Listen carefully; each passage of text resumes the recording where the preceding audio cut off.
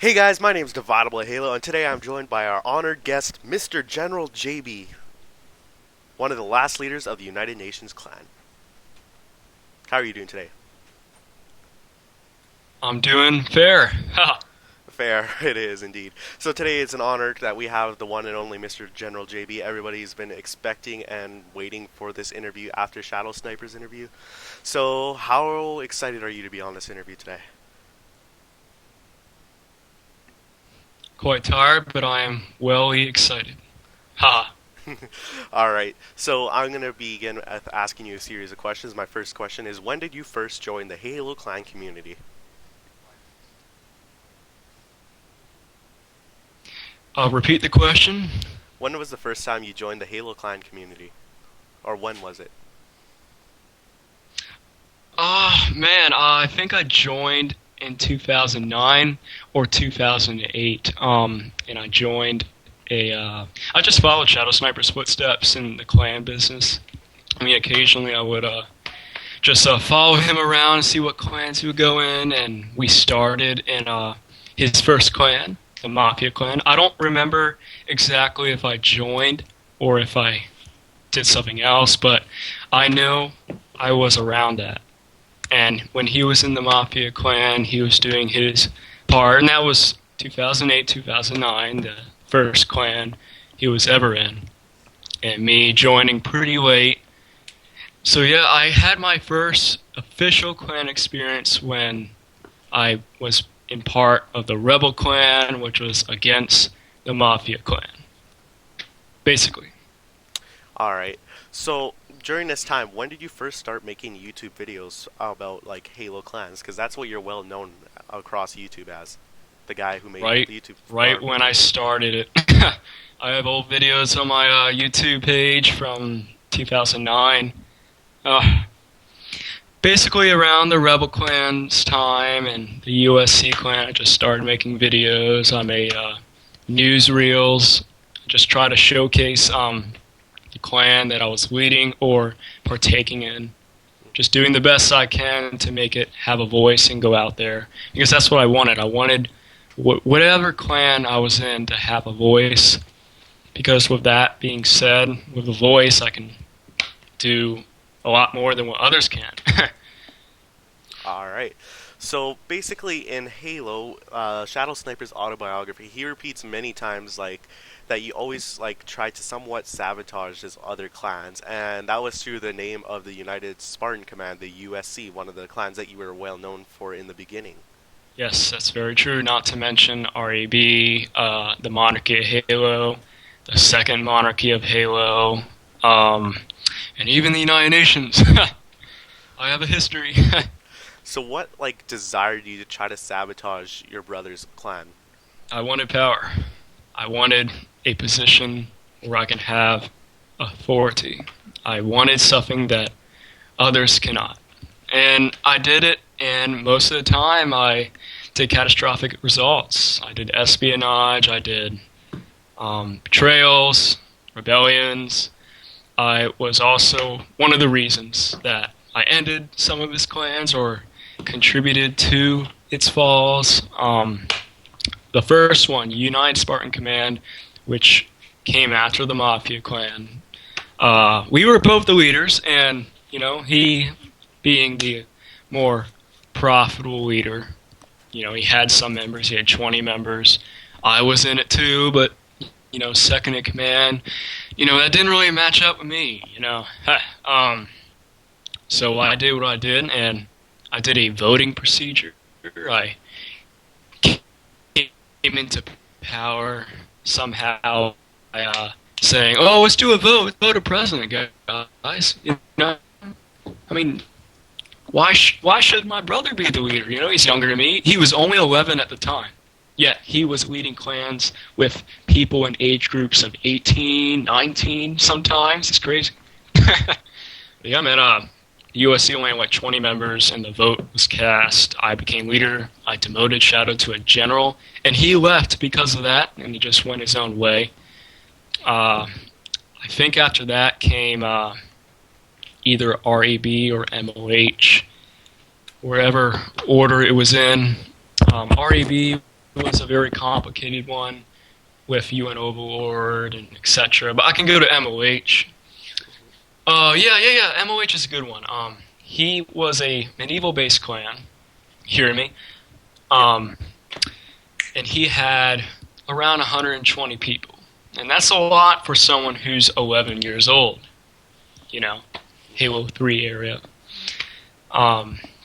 So he leads it pretty well. He never loses a conflict. He's always victorious. He's getting the job done. And me, on the other hand, the USC doesn't even have 5 members. You know, I'm struggling to, keep myself on the ground. And so I go out and say, well, Shadow Sniper, I could try to do something to bug him a bit. I mean, I love my brother, but we were competitive in the clan world. It's a game, we can do things, it's fun. It's fun to initiate, events. And Shadow Sniper, did not like elites. He made several comments against elites. And, it was like a game thing. It wasn't serious, but, I really wanted to get back at him. So I sent an army of an elite clan that I hired, even though they failed. I disappeared from the sidelines. No one talked about it.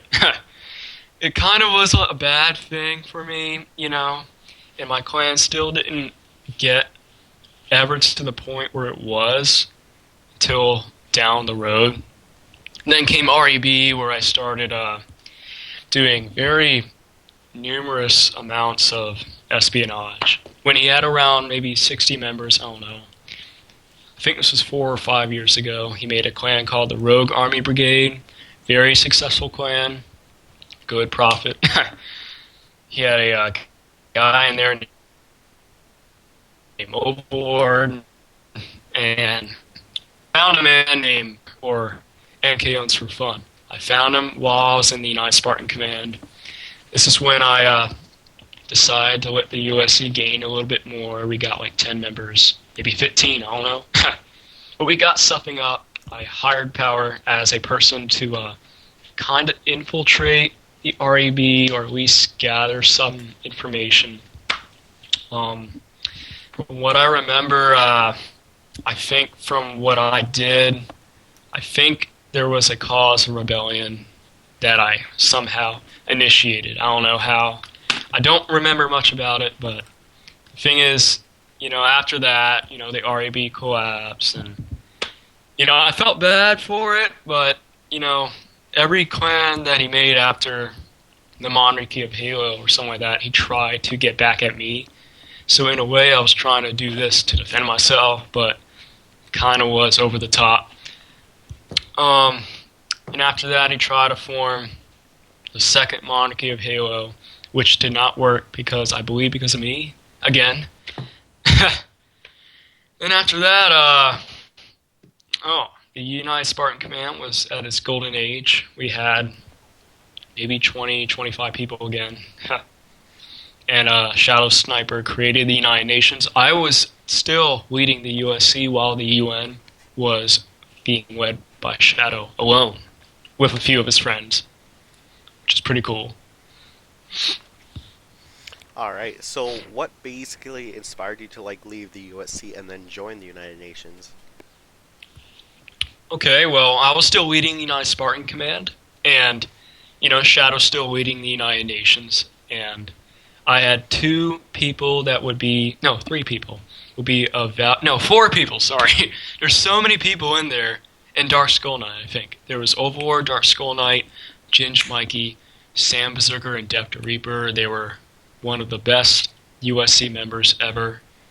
However, when we started expanding the USC, we started becoming like a business, etc. We had this map where we would invite people in that were kind of known to these people or to these individuals, and we would burn them with flamethrowers.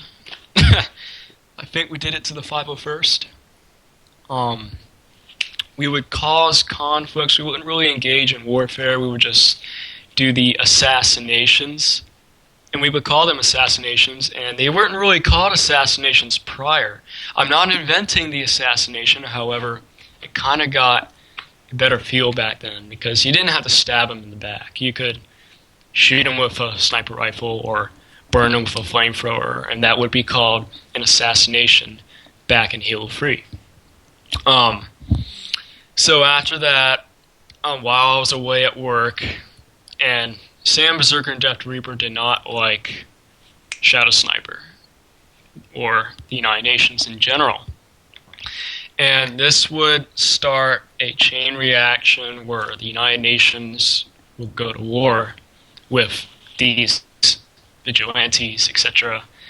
While I was away at work, the entire clan betrayed me, except Dark Skull Knight, which occasionally would guard around in a room for hours on end. So after that betrayal, they invited Shadow Sniper to a meeting on my own meeting mat and shot him in the head and declared war. However, the funny thing was, it was supposed to be me to get assassinated. So Shadow Sniper was the first assassination officially, as people deemed it to be, in my opinion. So yeah, after that, the USC was pretty much no more. I ended the USC, and I didn't know where to go, but I did know what to do, because I wanted revenge. There was no way I'm going to let Sam Berserker and Death Reaper get away with this. So I contacted Shadow Sniper, my brother, and I joined his clan just to get revenge on Sam Berserker and Death Reaper. We had a common enemy, and we were going to go after them, no matter what. So there you go, the ROH Reaper Sam Berserker War, whatever. That lasted a bit. I believe that was, if I can check the UN history, I don't know if it'll load. But yeah, we did what we did, and we fought on, we kept on fighting. We did not back down. It was our first conflict, the United Nations' first clan war. It was amazing. It's pretty much the early days of July 2010. And he was, well, kind of way it prompted the entire clan to make a stand. The United Nations didn't have a lot of members. They had maybe 25 or less. And it was a determined effort to defeat the now unified clans, the Reapers of Hell and the Rogue Spartan Command, because Death to Reaper created a clan, and Sam Berserker created a clan, so 2 clans versus 1. And II Power, or NK Guns for Fun, wanted to get back at me and the UN, so we kind of got involved somehow. We rose to the challenge. We holded the ROH at numerous battles for almost a month, winning many victories. But, however, it was not until a UN elite-led coalition, and it was the first ever alliance in UN history, that finally defeated the ROH. And a few days later after that, the RSC. So yeah, and how I got back at Sam Berserker was I got all his members to betray his clan. And I invited him to a map. I believe it's the one with the waterfall. What was that? Halo 3? I have no idea. Damn it. I shot him in the head, and he fell. And, Sam Berserker.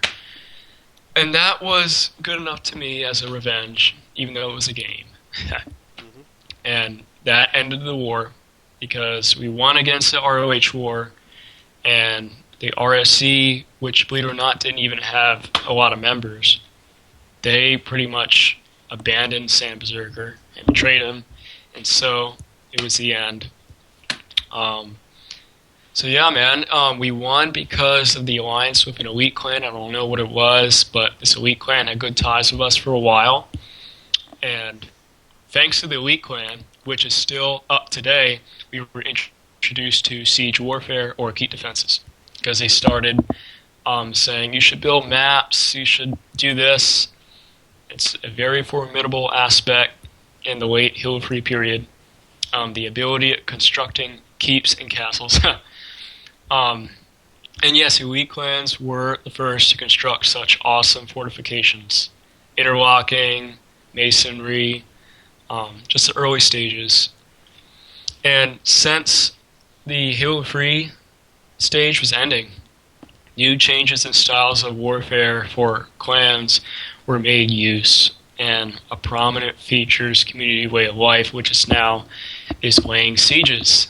And they're often bloody and messy affairs, heavy losses, demoralization. We built our own fort, the first UN fort. There's a picture on the website somewhere.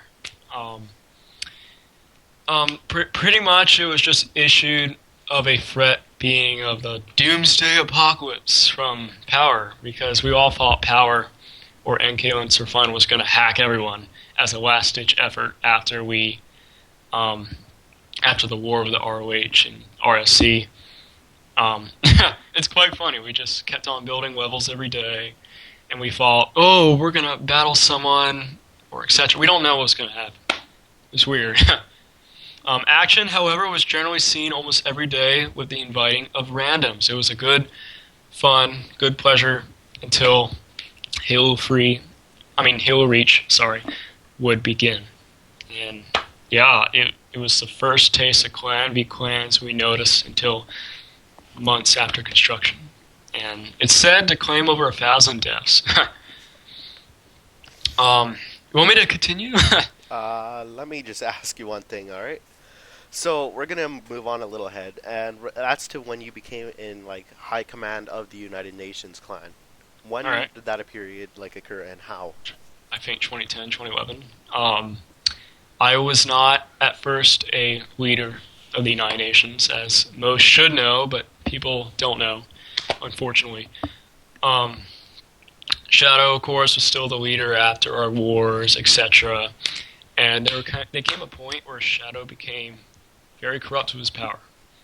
But he was still a good guy. It's just that he did things that may not be the best for leadership. So I enacted myself something like a policy or something like that, a true speech, etc.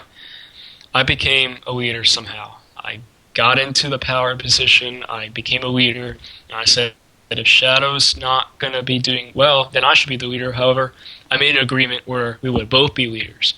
And with that decision, that was actually the best decision ever, because a brother clan, two brothers, two leaders with two different mindsets mixed in between would make the best clan, in my opinion.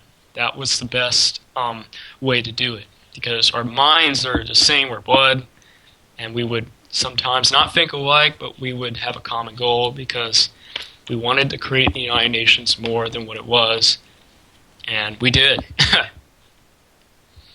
Alright.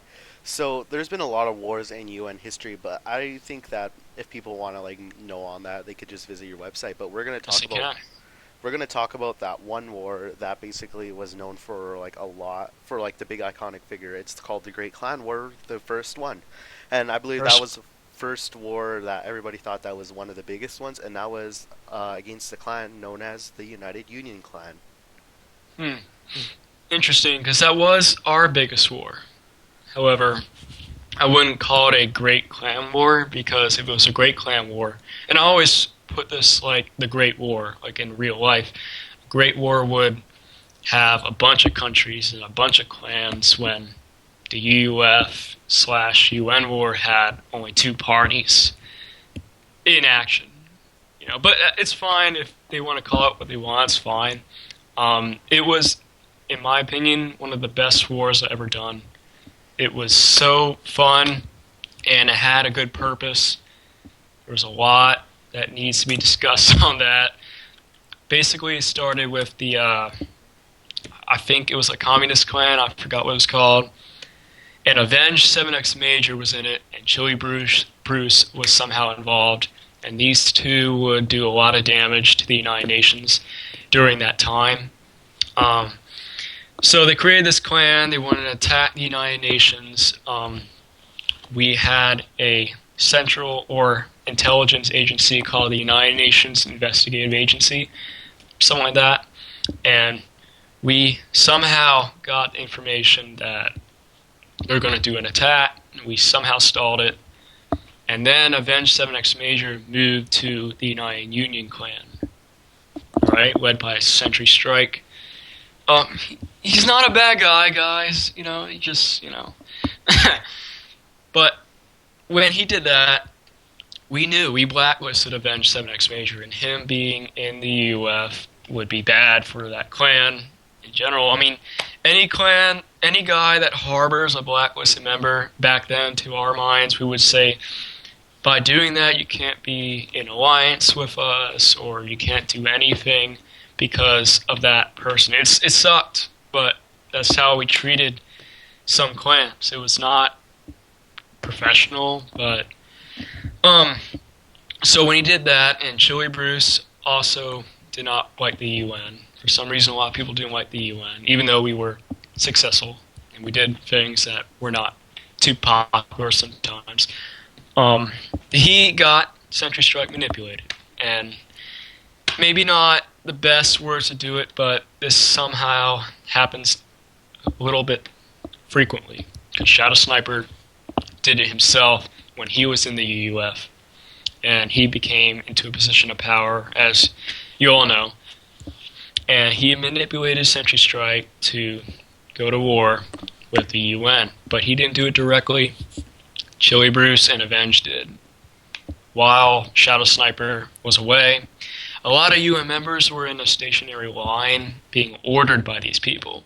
I don't know why they were following them, I don't know why. And somehow something happened. There was an attack, and Shadow Sniper got assassinated, and you know what was going to happen. Every time a leader was assassinated back then, there would be a lot of confrontation. And so we replied, Shadow Sniper attacked United Union, and I did my part with the new Navy system, because at that time we created ships on water. Even though they didn't move, it was a good stationary way to add more members and add a branch to a clan. And so we engaged for a long time, maybe a month. I can't find the exact date of when it ended, but June 2011. All right. So during the time of the war, it was noted that the United Union clan on Strike side fought really hard, but in the end lost to the United Nations. Yes. Maybe not by an official surrender, but with the UNIA's assistance, we got Sentry Strike to end the conflict, because he realized that Avenged 7X Major did manipulate him. He just didn't realize it yet, but he realized. And he knew that if he was going to continue attacking the United Nations with 120 members back then was a lot. We could have done a lot to do because of that. And Avenge had to be kicked out. There had to be some rules, regulations. But yeah, that was one of our biggest victories, from the naval engagements to the wars to the policies. And after that, I believe we became allies of the United Union, and that was a very powerful alliance because of that. So during this war, Strike noted that the United Union clan disbanded, but a new power was on the rise, which was the Federation. Oh yeah, oops. Yeah, because of that conflict as well, I believe that contributed to the United Union ceasing, and thus creating a new face. Because why would you keep the new face? Why would you keep the same face when you create a new one? So in a way, he did the right thing. He created a new title and gave a better picture to himself. And then when we made alliances, it became a powerful alliance. And we never really attacked each other after that. It was it. That was the cherry on the cake. All right. So we're going to talk about one thing that constantly occurred, and that was a lot of clans disliking the United Nations, or maybe you in particular, and that was Unicom or Kasora. Not just Unicom and Kasora, a lot of people. Well, majority of him, he insulted your clan many times. Yeah, the thing was, people, or at least what we presumed, people did not like the United Nations because some people considered us to be the center of the community. Technically speaking, the United Nations was one of the first clans to reach a certain peak of interest. We got media attention. We got statuses that were contributed because of what I did and what Shadow Sniper did. We got a lot of ratings for it. We got it open-minded. We had a big media power. And I'm not denying that we did some bad things because of it, but we got to a position where people are going to hate you for being a big clan or a successful clan. And maybe being a clan that's not really normal. Because the military-based clans out in the media field wasn't so huge back in 2010, 2009. And with Unicom and what was the other clan? Unicom was Well, a lot of clans. Yeah, Kasora was part of Unicom, Voltage, I think. We had confrontations with them. And he was like the anti-UN voice. If you wanted to go to about anti-UN stuff, you go to him. He would express his views because we did limit people's opinions because they would hurt the public or hurt the United Nations interests. And that wasn't right for me because I did release the, quote, block monster, if everyone knows what that is, right? No? No. Basically, I just blocked people that did not fit to the UN standards, quote unquote, and they would trash talk. We would have to block them from the channel. Let's see. And yeah, Unicom was a problem too because they would gather anti-UN clans or, quote, terrorists. We would call them and label them terrorists. And by labeling them terrorists, almost any clan wouldn't accept them if they were allied with the United Nations because we would have policies. Once you're labeled something like that, it's hard to get it back on track for that person. And that was also wrong for my part. But it was kind of required in that time when everyone's trying to kill you and you have few friends that are powerful, and with all this activity when you have when you're considered to be the superpower, you're always having all these luxuries that you have to take care of. You have to have all these governments and rules, regulations, alliance awareness, because you never know when an ally might leave or might join in. You have to make all these rules. But yeah, Unicom was a problem, but eventually it just didn't become a problem. As all clan conflicts do, because they don't last forever. Nothing lasts forever. Alright. So I'm going to ask you one question, and this is a problem that many people that wanted to join the United Nations had. Even I had this problem during the time of 2010, and that was the joining process being recruited into the United Nations. That was a problem. Well, it was one of the major problems, but however, we had an adverse selection. We didn't want too many people to join because then it would be too hard for all of us. It wasn't because we were lazy. It was because we had to do a selection process. It was long and tedious because some people didn't go by the website regulation. Some people went by the YouTube comment, and most of these videos had over 10,000 views, etc. I think one had, I don't know how much one had, but it had, I think, 200,000 views. But yeah, with all this activity, it's hard to get everyone involved. I got a lot of people. I tried to do a lot of, wow, you want to join? Okay, I'll contact you, YouTube PM. But, it's different now. You can't do the YouTube PM easily anymore. There's Google Plus. Oh my God. It's not bad, but, yeah, so it was kind of hard for everyone to join, and I apologize for that. But those who did got in and who got lucky, they got their fair share. And for a lot of people, being in the United Nations was a great experience. Mm-hmm. All right, so what was the alliance thing, too? Because I also heard that it was one of the most difficult things to be an alliance with the United Nations. It was more difficult than joining a clan. If you wanted to be an alliance with the UN, you had to go by the UN standards. We didn't want an alliance with a clan that had 10 people. We wanted an alliance with a clan that would be deemed a investment, or a clan that would be necessary in conflicts or power. Because the more alliances that were powerful you had, the more power you had. Because the UN was not all about peace. That was what was on the paper. The UN wanted a position where it can hold, kind of like power. You wanted more power. It was a power struggle. And yes, we used peace to our advantage because we were, quote, the good guys. We did things that were deemed to be peaceful, but we also did things that were very mischievous and, devilish. But yeah, being in an alliance with the United Nations would benefit your clan like that. And any clan, mostly alliance with the United Nations, had a residual effect, which was also a problem when the United Nations ended. Because once the UN ended, most of the clans allied with the UN pretty much died out. Not to mention many other clans. But yeah, being in alliance with the United Nations is beneficial to a certain point, and if you did get accepted by the council, etc., then an alliance would be made, and we would try to help in peaceful intervention and conflicts, etc.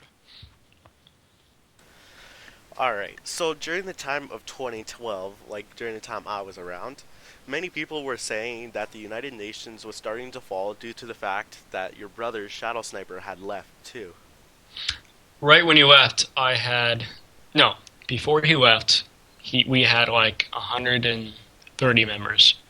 And right when he left, I had 12 people. Yeah. I had, I think, one National Guard guy, a few Army members, and one Ranger. I don't know who that was, but it was someone important. So me and the rest of the survivors, we would not do meetings in the council because there would be so few seats. Why do a council meeting when there was like 40 seats or 20 seats when we had like 2 council members? So pretty much everyone in the clan, which was 12 people or so, was in the council.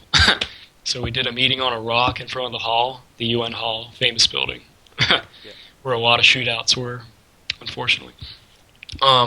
So yeah, we would discuss how we were going to rebuild, Project Rebuild, as some know.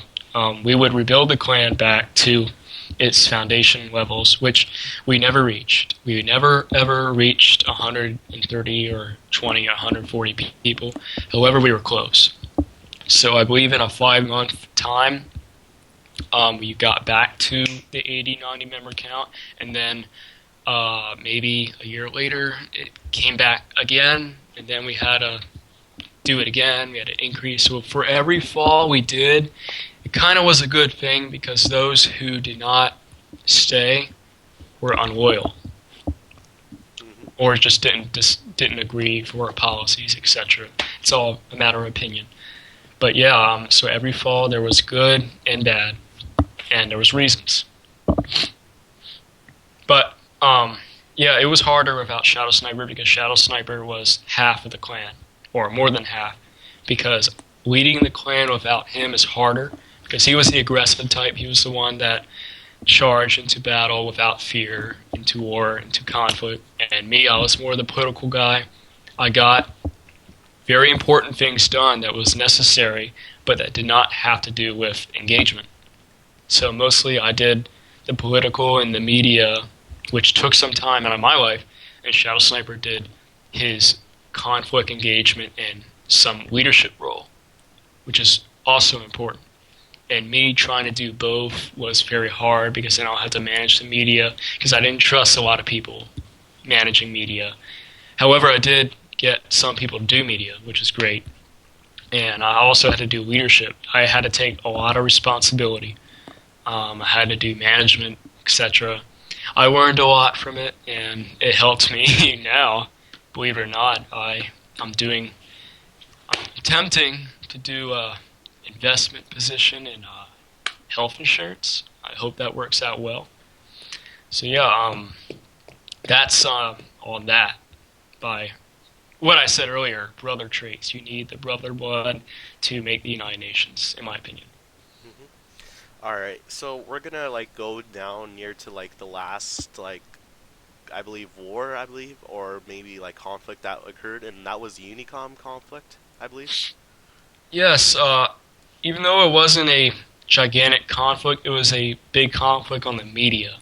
We didn't have a lot of engagement in person, but we had engagement on the tube, on YouTube. And we kept on fighting, and Unicom was a big thing back then. They were, I believe, competitive. They were trying to initiate, quote, competitive virus, which I created. You know, they were they were okay until they started bugging with the United Nations, and the UN was not as powerful as it was before. It couldn't do a lot, and believe it or not, Kosora's media was coming to equal to the same power as me, because there was a time where one word I say on the media that would control everyone and say that person's bad, attack him, and everyone will attack him. It wasn't like that at this time period. I was losing my media power. I wasn't producing a lot of videos.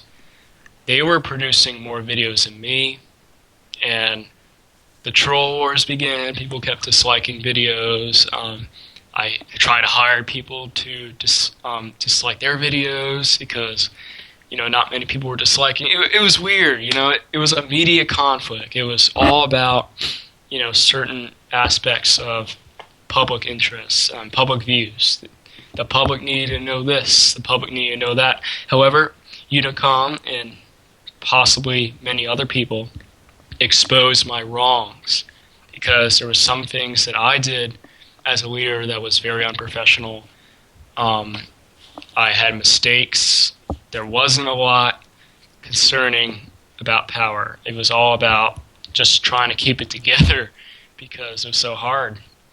It was not easy at that time, including when I lost FleetCom as an alliance and DoD was barely hanging on there, V100.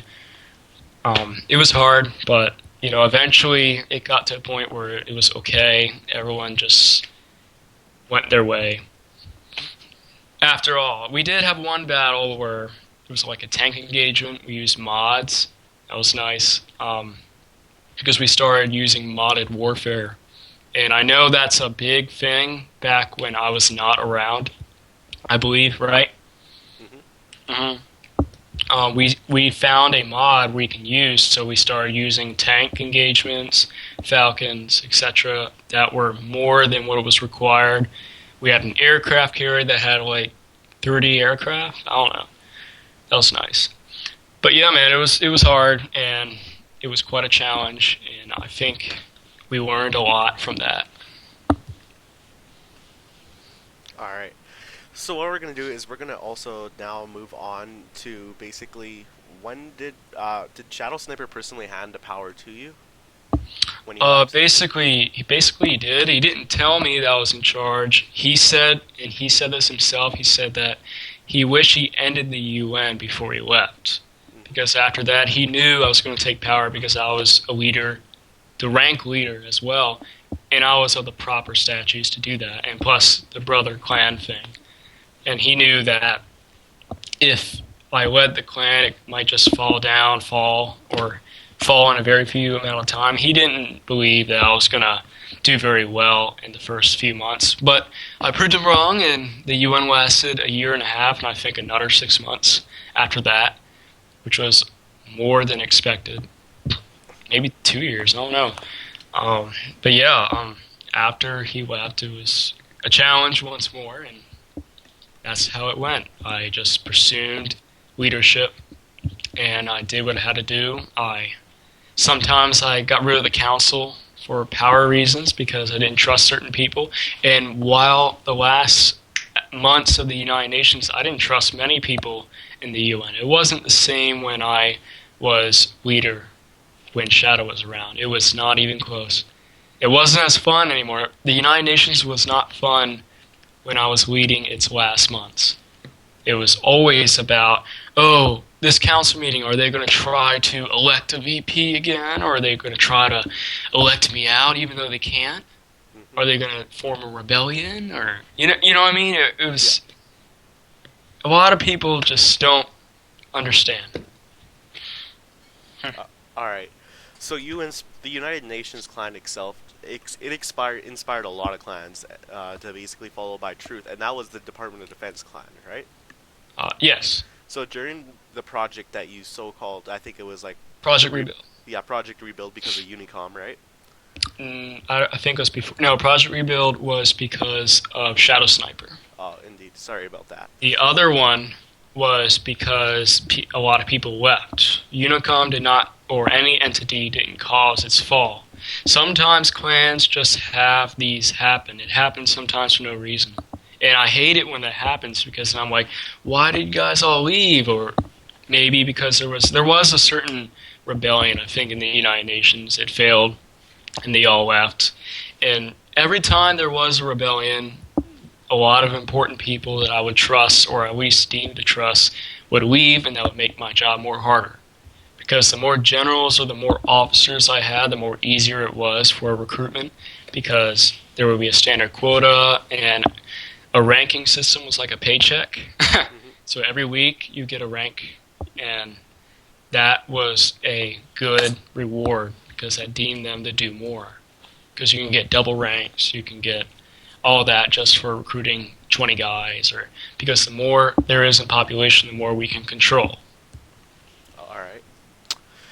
So basically, during this time of like the Unicom battle, I believe there was another battle that was deemed as the Great Clan War #2, where this time there was a lot of clans involved. You said that you remember this vaguely, but it was the clans between CENTCOM and the clan known as the Department of Defense. Hmm. Now, Uh, sorry, continue. I don't remember much about it.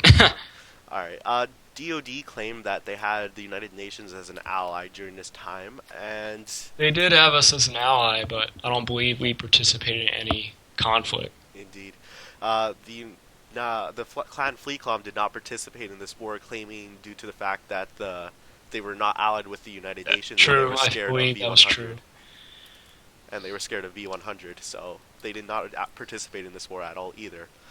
But from what I heard, CCM Catastrophic explained that you somewhat resolved an issue during this time. Oh yeah, I got in and I tried to resolve the conflict. And if there was conflict after that, you can only do so much as a quote peacekeeper, because I think I do remember that. Yes, didn't CCM lose or did DoD lose? JARC lost the war, which was basically CCM. Yes, and DoD was not part of JR. No, JR. Yes, DoD was that's part of why. DoD was pretty much a copy of the United Nations. When we allied with them, we're like, wow, DoD is just like the UN in, just appearance, organization, tactics, etc. We helped DoD become a good clan at a point. And, CCM, I didn't hate them at all or dislike them, but they realize that if you're going to attack DoD, and the United Nations, even though it's not participating in a war, it has some powers that don't require to be physical that it can do. And we were trying to back up DoD in a way so we can, I remember this, I think it was because being our ally, we don't want them to be destroyed. And we don't want CCN to be destroyed because I believe DoD was, or anyone else, was more powerful. I think that's from what I remember. Yes. I think 2 years ago, 3 years ago. All right. So this was deemed as one of the biggest wars, but the first Great Clan War involved basically the United Union clan and the United Nations, right? So the second Great Clan War was basically clans that were like influenced by the United Nations itself, such as DoD, my clan, and then there was also CENTCOM, which was influenced by the United Union Federation. Hmm. So, in terms of reality, do you believe that this was like a reenactment of the last Great Clan Wars, where basically two people with different ideologies or like ways of like different types of clans were? Great question. um, it could be similar because United Union was influenced to be anti-UN and to fight the UN, and the UN being the non-aggressors would defend themselves and fight back. If it was in the same topic, if DoD was not attacked first and they defended themselves and they won, which they were, correct? Yes. Were they the attackers? From what I believe, the United Union Federation, or I believe it was a conflict between the two clans called CENTCOM and Department of Defense. I believe CENTCOM was the attackers. Okay, so it kind of was like a similar image, except without UN involvement. Hmm. Maybe, perhaps.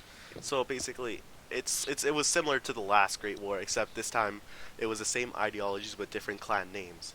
Yes, maybe. Alright. So during the time of like towards the end of the UN, you had a lot of people that were like influenced by the United Nations, and I believe you were talking about Overlord, right? Yeah. What about UN Overlord? He was he was like in the USC, right? Or was he in like He was the one of the rap? original members of the USC, and he was a member of the first Monarchy of Halo, and I believe the second. He was actually one of Shadow Sniper's best members in terms of conflict, because he was very good in conflict. He was very good in being in battle, because that's what he was good for. If I needed to win a war, I would call Overlord. He would arrange the troops, and he was also one of the leaders. If no, no, he was the leader of the National Guard several times in the United Nations. He would occasionally leave and come back and leave and come back, but we liked him so much that we always gave him back the position or deemed him back into the United Nations so he can gain the rank of leader eventually. He was a good guy for a while.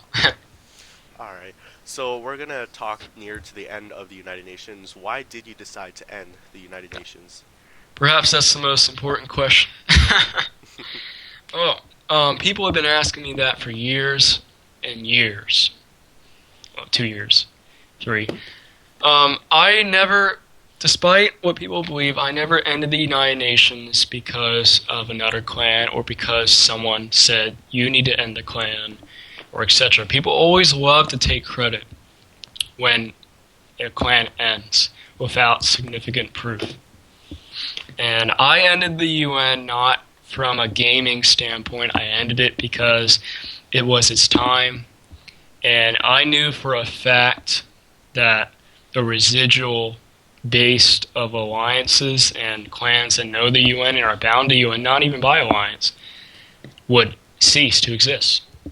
And that's unfortunate because with the UN being the central hub and then just disappearing, that would stricken a lot of people, and I know that affected a lot of people back then in the gaming world. And I ended the United Nations because I wanted to move on to real life, to things that have significant value. And there was value in the gaming community if you wanted to learn leadership or you want to have some fun, which I did. I had a lot of fun, but I also had a lot of years that I will never give back. So I moved on and I left it behind, and that's really it on that. You know, I also got into more educational standpoints. I learned more out there than in here. So yeah, that's really the reason why I ended it, because of real life. I wanted to move on and pursue my dreams. Now you were still technically like observing the community from the sidelines after the UN ended, right? Oh yeah, I watched everything burn.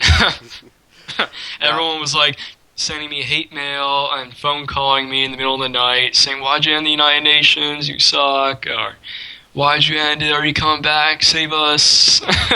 yeah, so basically Oh, after the UN fell, many other clans had disbanded yeah. later on. DoD disbanded for a while, returned, but then disbanded again. hmm It's Uh, like when the UN ended.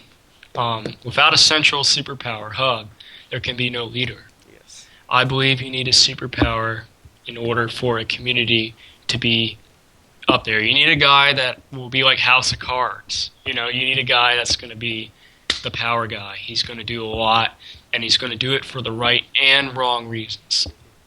Now, many clans have also experienced like this tragic that we're looking for like basically another media, a head media like the United Nations once was. The UUF had fell, but then changed to the UFR later on. But that's out of the question. They they had a different ideology on their Yeah, side. another thing.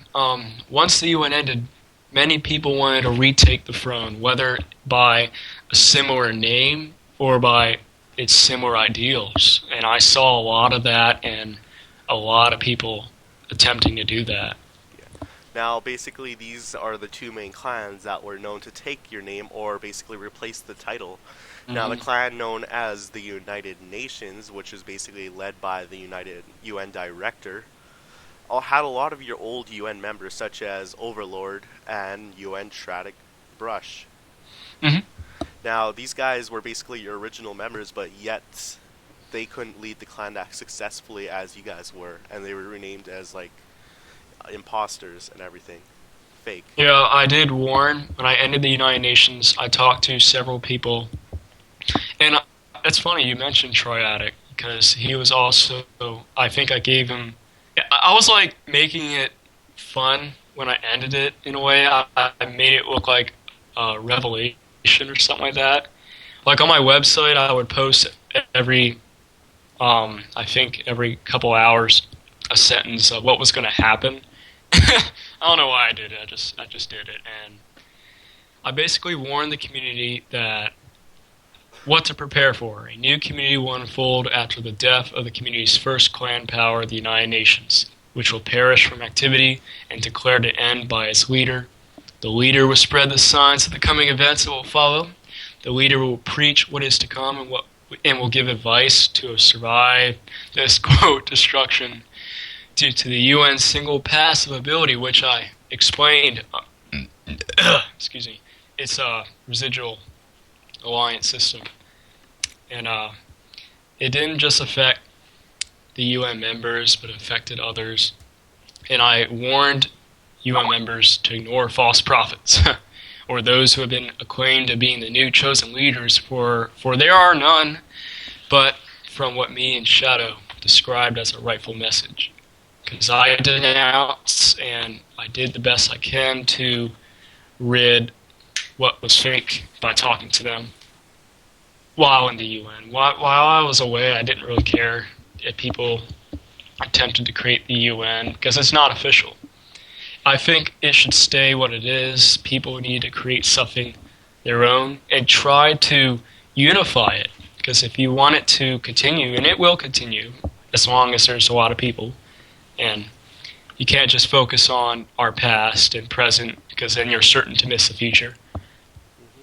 Um, but yes, I think the United Nations ended October 4th, 2012, 4:20 p.m. Thursday.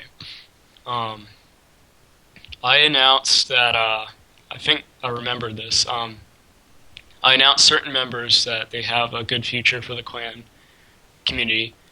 You know, I don't remember who they were exactly, but I remember talking to them and saying that you're a good leader, you could do a lot. You know, you could lead a clan or you can join one. You know, it's all up to you. I told them good luck to those who wish better for the community and still feel there is a chance. Because there is a chance for you, but not for me or the UN.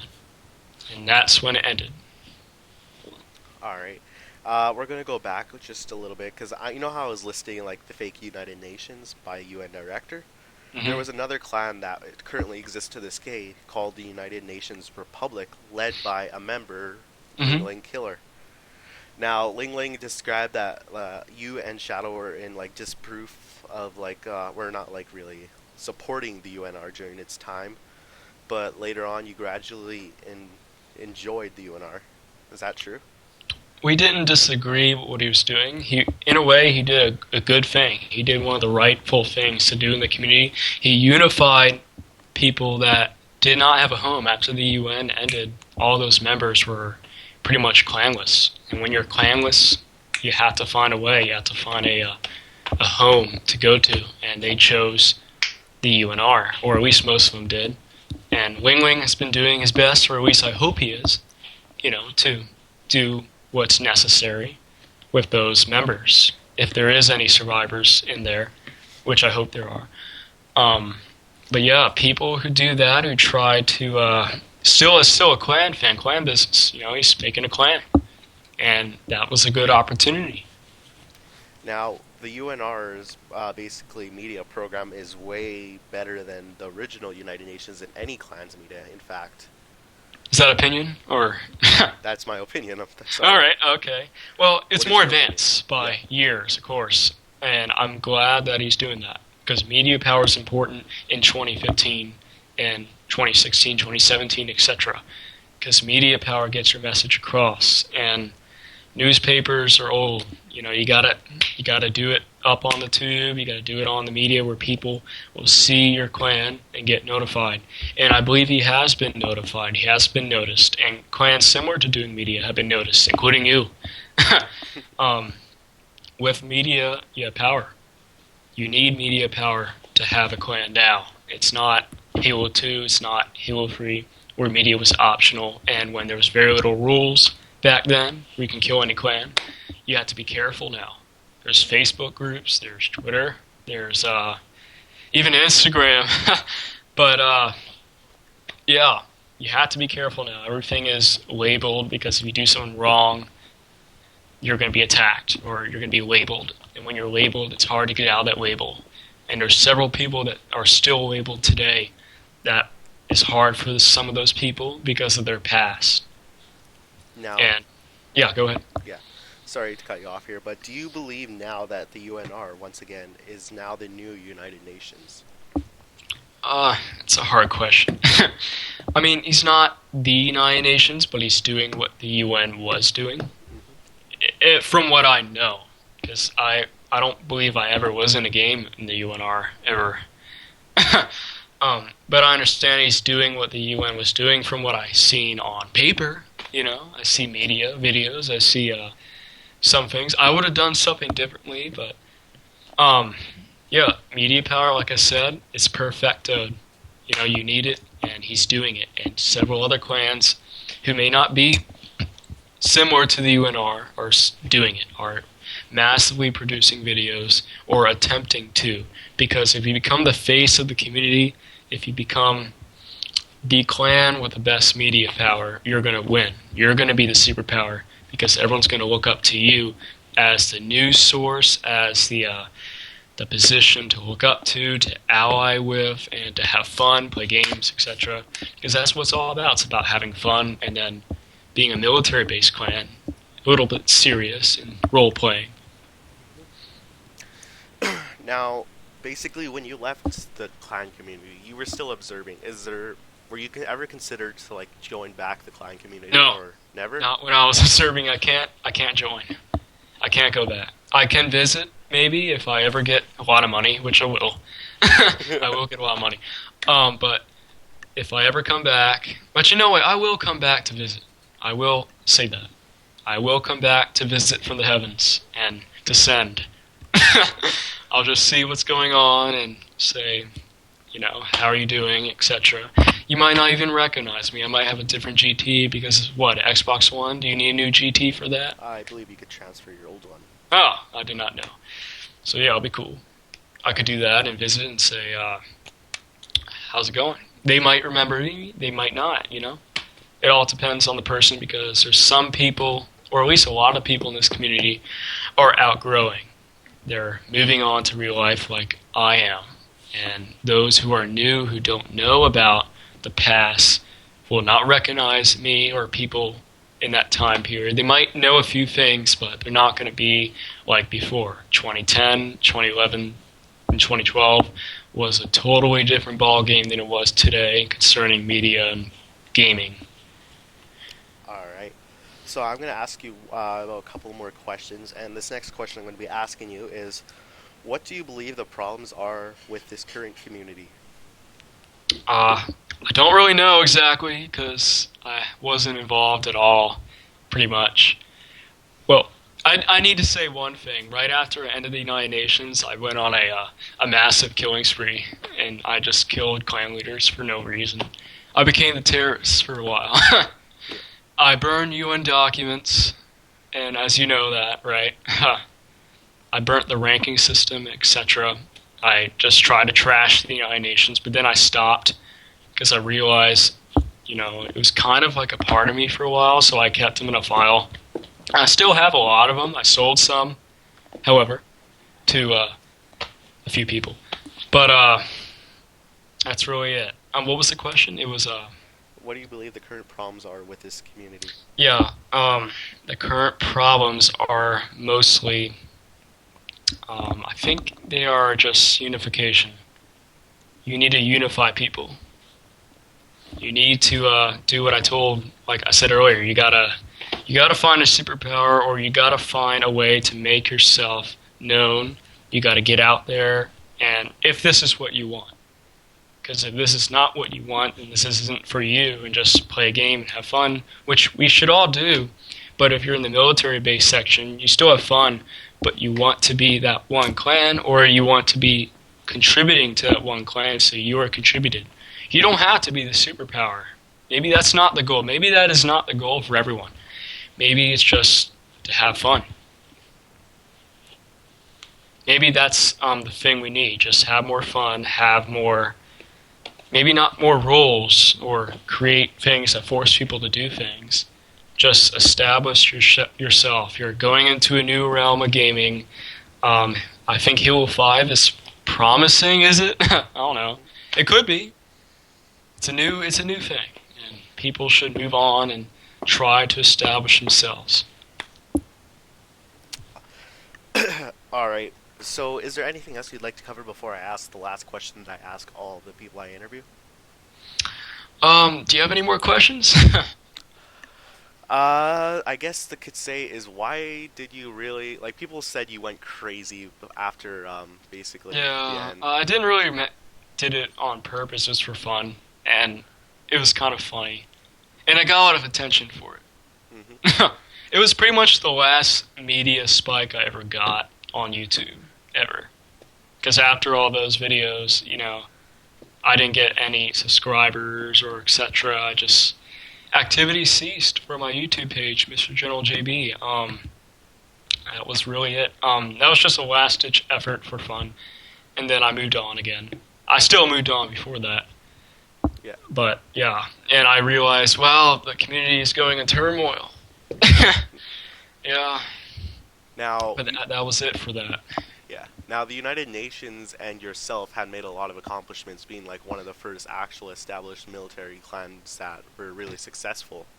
Hmm. And it's probably noted in history that many people, even if they join, they have at least heard the name the United Nations and Yes. General JB. Some people recognize the name but don't recognize the people. It's not just the leaders who made the UN, it's the people in there. Even the people that didn't even get any recognition. Because we needed everyone to succeed the goals of the day, of the week, and of the month, and sometimes a year.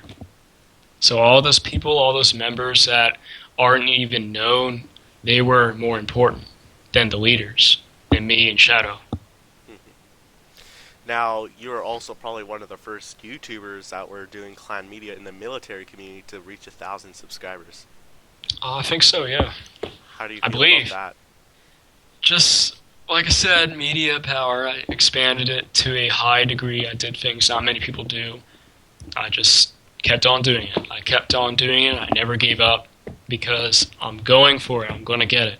Because when I say something, or at least most of the time, I'm going to get it. All right.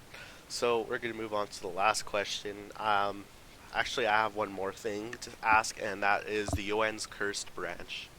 Oh, yeah. UNR. UNAR. Yes. So why was it the UN's cursed branch? Basically, the United Nations Army Rangers was the Special Forces branch. We would hire or we recruit the best people to go in there.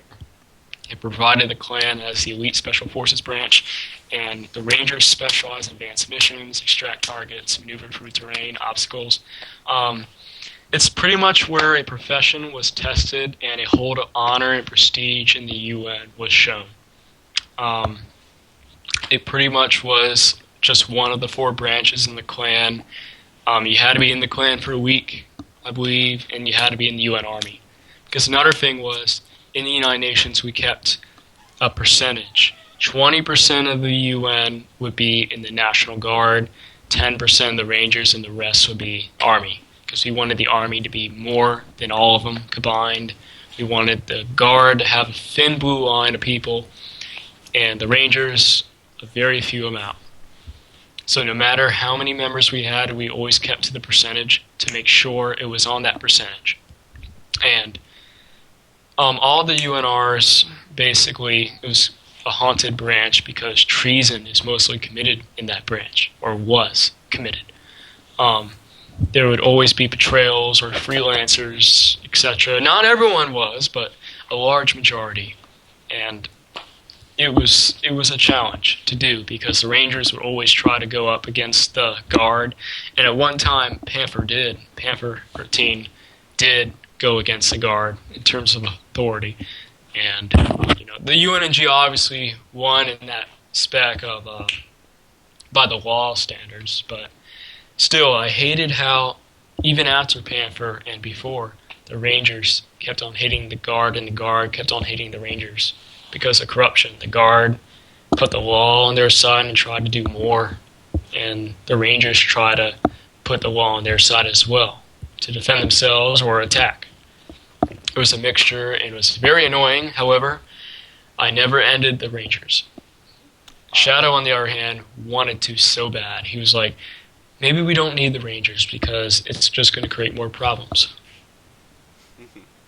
Alright, so we're going to move on to the last question, and that is, what do you believe the people of these people, or the people that are viewing this interview right now, can do to help save or, like, grow the Clan community to the way it once was? Don't give up. Do not give up on what you want. Just keep on doing it. Doesn't matter what happens or who gets in your way, you keep on pushing. I won't care how long it takes, man. If that's what you want, then you go for it. Because if you want to build a clan on it, if you want to resume your statues where it was once before or what you want in the future, then you got to make it happen. It's not going to sit there and wait for you. You got to do it. It has to be a leader. There has to be someone leading everyone for a common goal, whether it's for fun or peace or conflict. It all depends on that person. So if that's what you want, do whatever you can to make that happen. Alright, that was one of probably the best interviews that I've had, besides some other people. I'm not really sure.